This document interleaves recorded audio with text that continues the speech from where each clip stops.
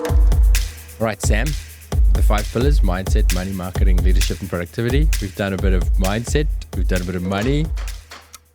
So let's do some marketing. Welcome back to the Veterinary Business Accelerator, the podcast for vet practice owners who want more time, more profit, and a business that runs smoothly without them. I'm Dr. Hubert Dimstra, veterinarian, former practice owner, and your host. Our guide is Dr. Sam Bowden, vet, author, and the founder of the Accelerate Practice Academy. Sam has helped hundreds of practice owners build what he calls abundant practices. And as you heard, in this episode, it's all about marketing. If you have ever thought, I know I should be marketing, but I don't even know where to start, or even more concerning, if you never even think about marketing at all, then this episode is for you. Sam explains why marketing is more than just Facebook posts, how to simplify it, and why mastering it is essential now more than ever.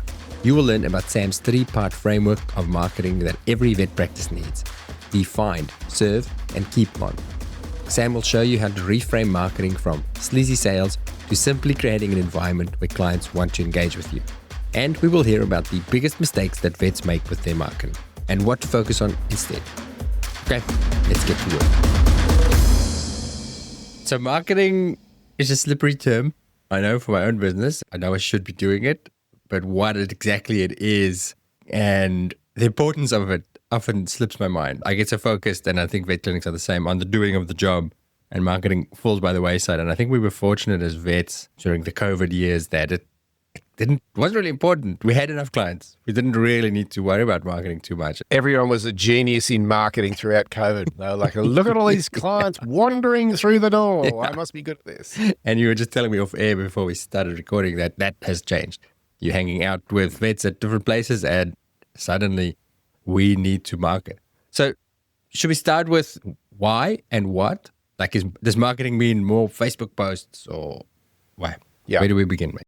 Let's give a framework around this. We talk about creating a really successful, abundant practice. And what does abundance mean in practice? It's abundance of finances, so you're doing well financially, abundance of great team members, abundance of great clients, and abundance of time. So you've got time to go enjoy yourself, and abundance of fulfillment. You really still enjoy doing it. So in order to think about clients, as you described, what happened throughout COVID is, I think the stats that I saw was something like 43% of households got a pet throughout COVID in those 2 to 3 years, like just a massive influx of new pets.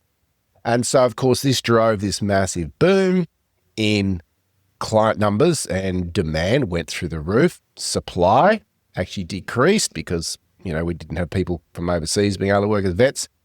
So what's happened is we've seen wages have gone up, high costs of living, some wages have moved up. So practices kind of got themselves geared up for this massive demand, which of course is a cyclical thing, because once they've had that early phase, we sort of see a decline in, I don't need a vet now, I'm just feeding it probably some nasty groceries, pet food from Woolies, and, we're not needing desexing and vaccinations and things like that. So what we're seeing is practices looking a little less abundant because visit numbers are tending to decline on average, and they sort of go up and down and up and down. Businesses that are doing marketing well aren't really affected like this. They're seeing fairly consistent numbers. Businesses that aren't doing what we'd call good marketing are being affected. I haven't discussed marketing barely at all over the last 3 to 4 years. Why? Because people weren't interested in getting more visit numbers. They were just coping with more productivity. How do I get through the work? That narrative has completely changed because of the economic cycle. So now it's really important. If we take the identity of a CEO looks at their business and breaks it into componentries. And part of that is, what's the marketing we're doing in order to create orders, essentially? The challenge that we see is practices, business owners often have the identity of a technician, which is, how do I fill that order that's created? So how do I be a good technical vet? Do a good job there. They're not necessarily thinking with the identity of a CEO and thinking, how can I keep a consistent supply that we then need to fulfill? fill the order. So why am I addressing this? Because most veterinary practitioners, when you say, hey, let's talk marketing, they roll their eyes, they glance out of the side of over the side to see where the closest door is that they can get out of. And either that or they just put their fingers in their ears, or their mind shuts down and says, I just don't understand it. It's not my jam. And therefore, I'm not going to take this on board. I get it. We're vets. We're trained as vets. Unfortunately, you own a business, so you don't get a vote. Marketing is one of the key pillars that we talk about in a practice. So let's assume the identity of a CEO who looks at marketing and says, we need to do some marketing. So where I think they get stuck is in overwhelm. There is so much marketing that they could do. Well, which one should I do? Should I go and sponsor a school event? I think there's still some people getting tapped on the door by yellow pages. I'm not sure how. Should I be doing some social media? Is it paid traffic?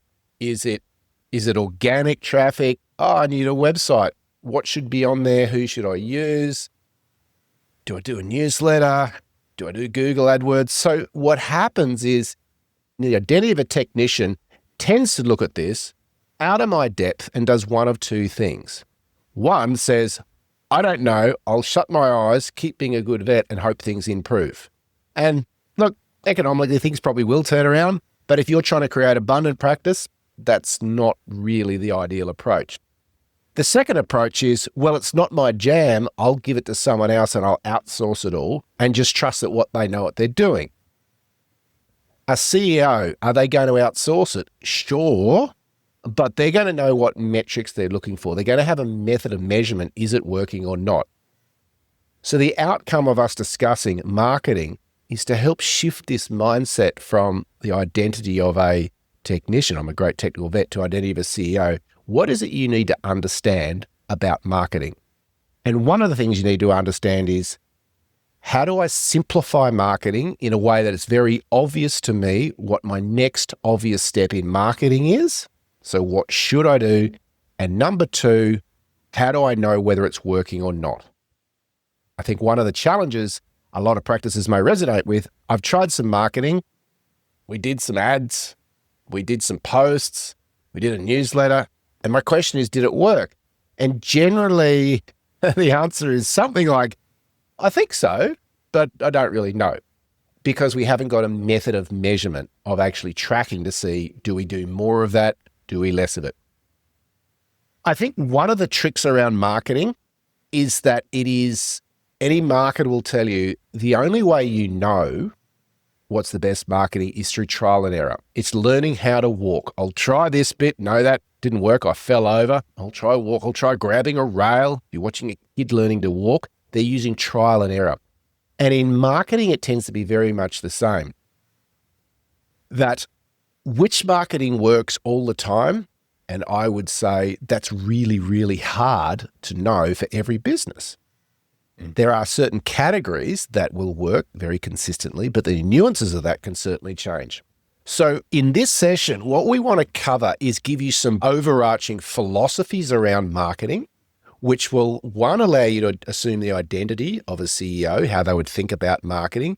Two, help you arrive at where should I start looking? Which category of marketing should I start looking for?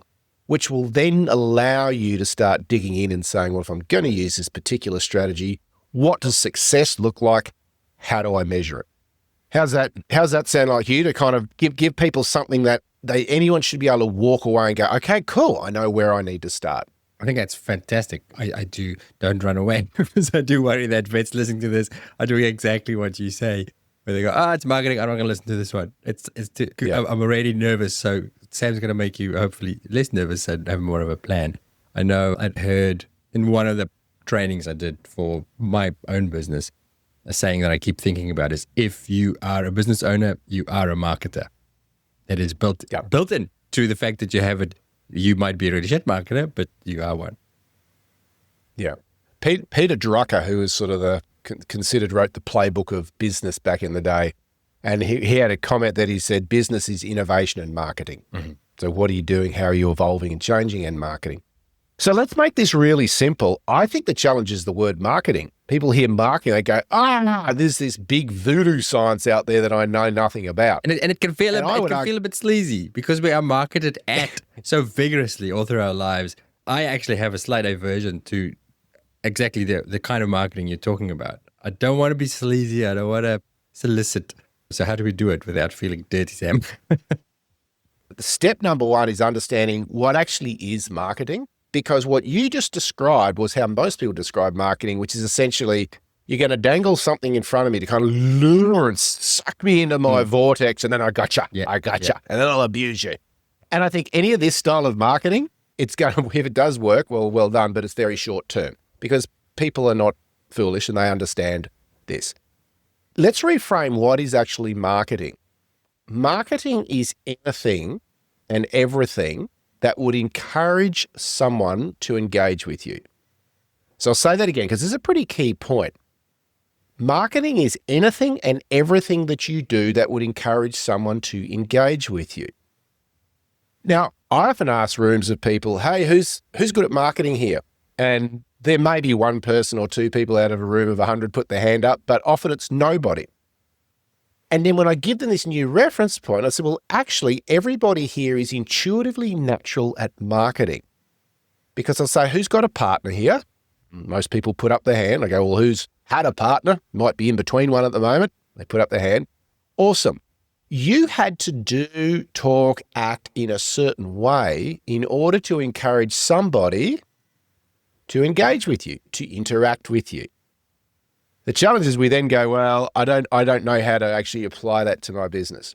Marketing is literally this, creating an environment that is conducive to people that have needs for their pet coming and doing it with you.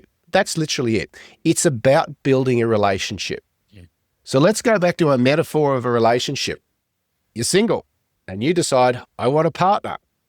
Now, back in the day, you used to have to get off your seat and actually go out to a social environment or something like that, or meet up with someone, whereas now you can sit on your phone and do it, which I think is cheating. It takes the fun out of it. But, then what happened? I kind of like what that person was saying about themselves, liked their profile, liked how they look, how they were presenting themselves. They're marketing themselves, even though they wouldn't think of it as marketing. And then you go out on a first date. Now, most relationships, sustainable long-term relationships, which let's face it, that's what we want with our clients, do not take place like this. G'day, my name's Sam, like the look of you, room 321, let's go. Just doesn't really work like that. Apparently that is exactly how the apps work, Sam. You're missing the bit long-term sustainable. Okay. So what happens? You go on your first date and you've got your special cologne on, you brush your teeth, you actually put some thought about where you're going for dinner or a movie or whatever it is. Or even if you're sending some text or some message on social media, you're thinking about how should I engage? And what you're thinking about is what's important to them. You're thinking, I want to be doing and acting in a way that would encourage them to engage with me. And then what happens? Well, we go on a first date or we meet up and then we have an experience. So we have an interaction. I like how they smell, look, were they listening to me? Were they attentive? Were they just talking about themselves? What was that like? I like that. I feel comfortable now. I'm safe to have a second date. And this is pretty much how marketing works, the first part of marketing. And I want you to think about marketing, simplify it through this. There's 3 outcomes of marketing. First one is find, so find a client. Second one is serve a client, fill their needs, give them an experience. Third outcome of marketing is keep a client. We want to build a fence around our herd to stop them wandering off into a different paddock. So what I've just described, the first date, is the type of marketing that we would look at if our primary focus was, I want to find a new client. The second part of marketing, which is the experience. So if we're on our date, that's the movie you went to, that's the Did you send them some roses? What was the experience that they went, this is really good. I'm inclined to actually go and have another date. And then keep. If you went out on a few good dates and you went, cool, here's what I'll do. I'll ring you once a year. And hey, we'll hook up and pick up exactly where we're at. What's the likelihood of that happening? Probably not. The successful person from date number 3 may actually trundle off into a different paddock. So we tend to lose that potential client that we've already had a great experience with. Why? Because we didn't build a fence. We didn't have a communication. So, of course, how do we communicate with life partners? You're kind of chatting every day. When it's their birthday, you let them know happy birthday. You take them out. You're thinking consistently about them. Mm-hmm.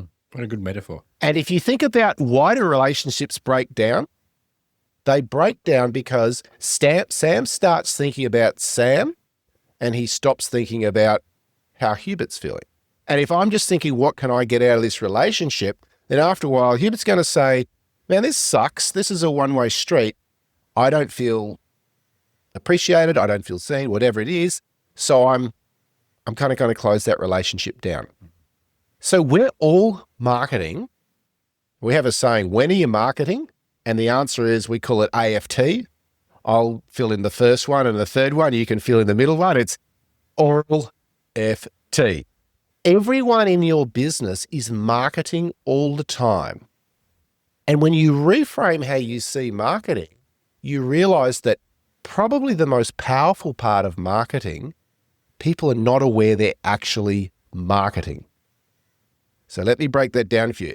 Find a client is pretty simple, and this is what most people think about when they think, I need to do some marketing. How do I get someone in the door, either a first time or really it's how do I get a client in the door for the first time?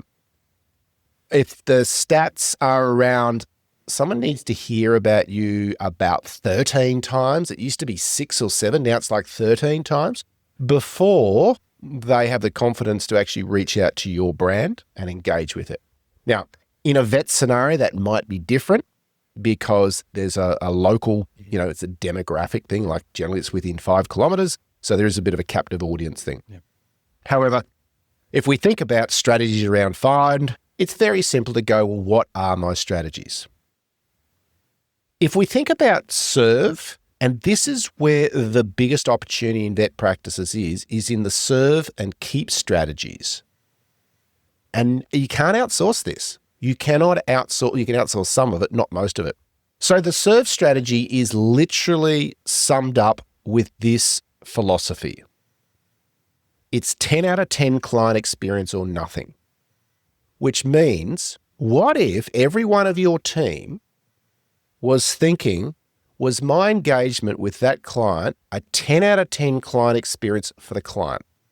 Was it a 10 out of 10 experience for the client? What would the client say about that experience when they got home? Not just did they get what they wanted, did they actually get an experience that exceeded what they were expecting? The little things. In terms of, so this is engaging the entire team from the person that's cleaning a cage through to what does the dog smell like when it goes home. This is marketing because it's encouraging someone to want to engage with you again and probably tell someone else, hey, that's good. Now, most people would say that word of mouth is their strongest driver. I would agree that it's often their only driver because there's no other tentacles of marketing going out supporting that one time where they have an experience with you.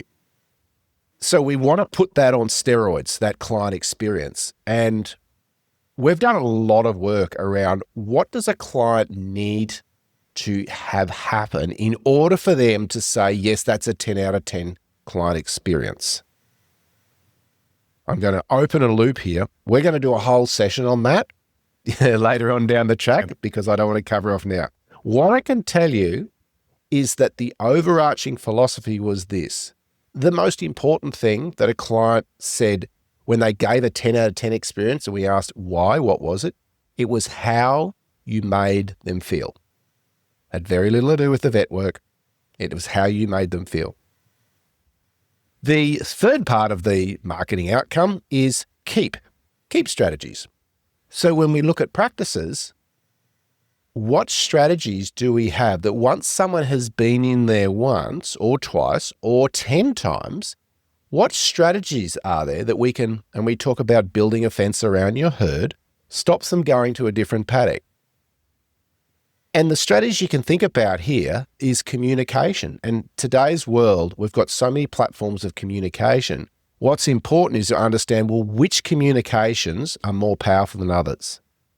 The philosophy you want to think of is this: how can I communicate with every single person in my database at least every 30 days? Now, there was studies done, and this was sort of pre-internet. Internet's kind of sped everything up. And they asked people that had left a certain business and they'd moved to a different business, why did you leave? Statistics was 65% of the time, the people changed businesses not because they were unhappy with it, not because they hasn't got what they wanted, not because they were cheaper. It was because of perceived indifference. Perceived indifference. What that means is, because there was no relationship ongoing, they kind of just forgot about me and I forgot about them. And hey, here's someone else. Why don't I give them a try? You know, and think about a long-term relationship. If you just said, hey, I'll meet up with you once a year to your partner, what's the likelihood that you're going to have a meaningful relationship? Unlikely. They're probably going to go and find some other partner who's going to maintain and keep that relationship.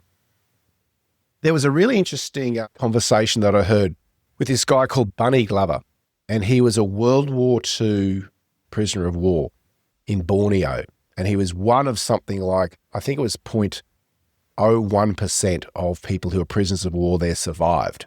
I heard about this guy and I had him come and speak one of my events because I was fascinated to understand, you know, how do you get through that? How do you be a survivor when everyone else died? Like, understand the psychology and the resilience of it. Incredibly lovely bloke. One of the stories he was telling about after the war closed, he ended up, when he got back and he was sort of back and still within the army, he was on a committee, and what part of the committee was processing who was going to get basically court-martialed for going absent without leave, so AWOL, which in the military is like it's a serious offence. And so what happened was he was on this committee, and they found then there was all these people gone AWOL, and when they studied into say, well, when they looked into go, where have they gone AWOL? What had happened was they'd all gone, obviously, to see their partners, their wives. Here was the interesting thing. What really shook them up was because these guys had been away and at war, and there hadn't been correspondence coming back to their wives, the wives assumed that they were no longer there. And they had gone and remarried, even though their husbands were still alive.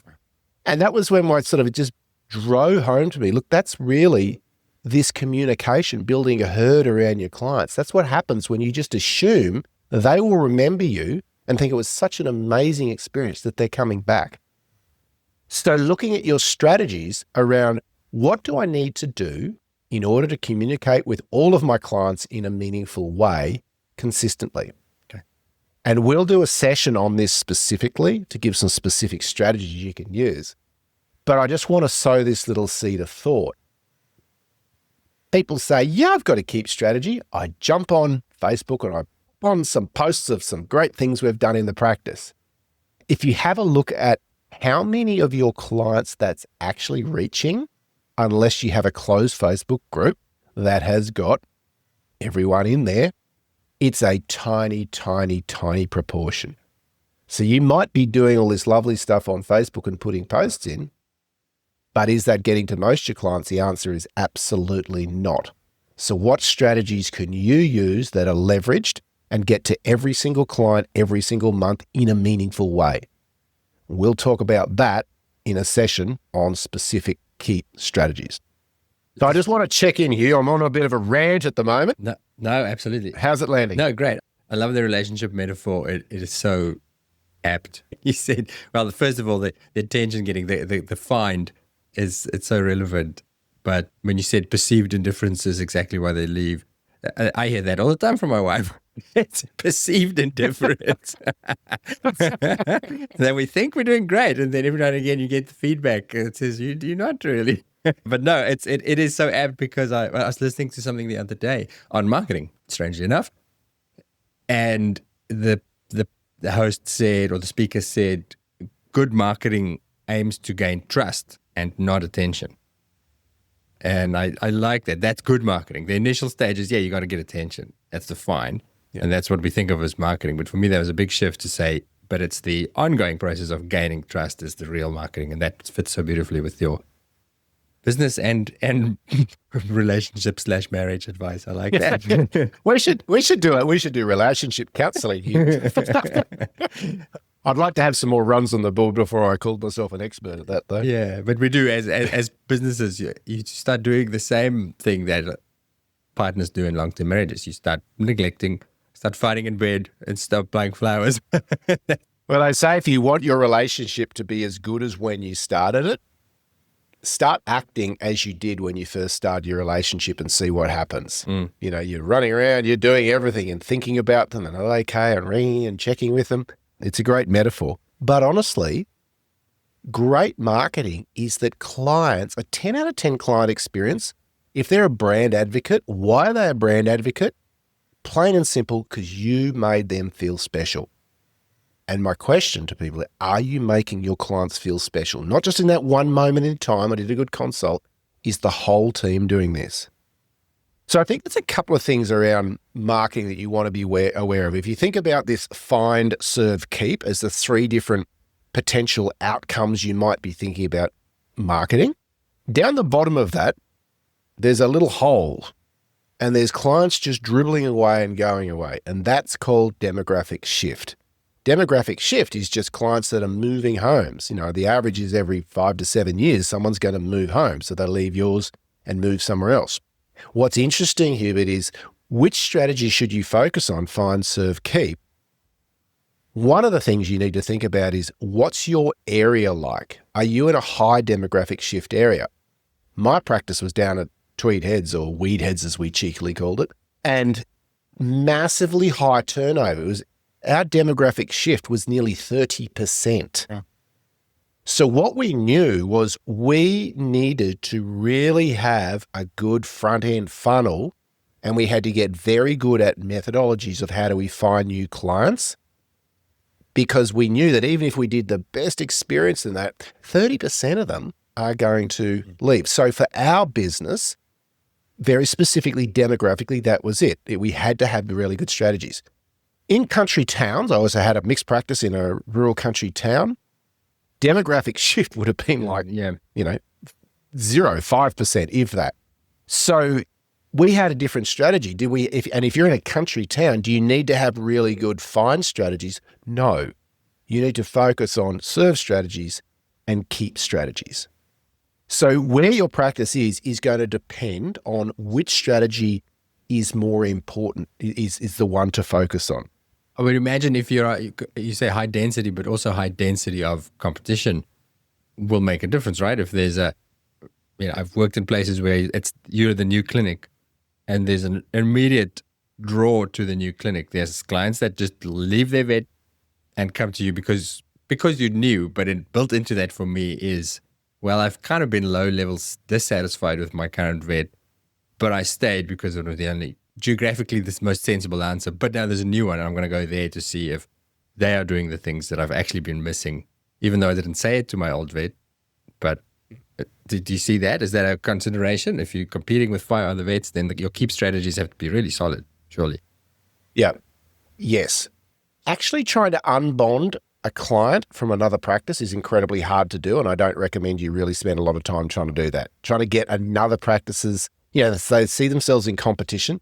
Most practices aren't really in competition. Once someone's been there and had 2 or 3, once they're bonded, and a bonded client is, 3 to 5 visits, they're unlikely to go anywhere else. So we always say, depending on your area, is if there's plenty of new clients, get really good on your find strategies and make sure then you have the experience to keep those that are staying around there. But in high competition, you're generally going to have to be better at find strategies than other areas. Yeah. Absolutely. Yeah. Because there's just more choice. So I think there's a couple of things. I think we'll wind this session up, and what we'll do is we're going to get into some specific strategies around find, serve, and keep. And I think there's probably 3 sessions to try and give people little bite-sized pieces on these. A couple of things to think about. Some common flaws with marketing. Number 1, tried it once, didn't work, therefore marketing doesn't work. I see that. Have I tried that myself? Yes. I will say that a large chunk of marketing that I try doesn't work. But because I know that 80% doesn't work, if I keep going till I find the 20%, then I'm fine. If I just see it as, that's okay, it's a process of elimination to find out what works. Now, we're going to give you some specific things that we know work. But when you're thinking about particularly finding a client, a lot of what you try actually will not necessarily work. So the second thing is, because someone hasn't had this success, they kind of give up on it. And that's the worst thing you do. Inconsistency of marketing, I see, is a big challenge. I did a newsletter once, and then I did it for a few months, and I stopped, and then I started. And inconsistency is really important around marketing. The third thing that I think people get wrong, and certainly I think I did this for years, got it wrong. I was always looking for the one thing. Show me the one great strategy that worked.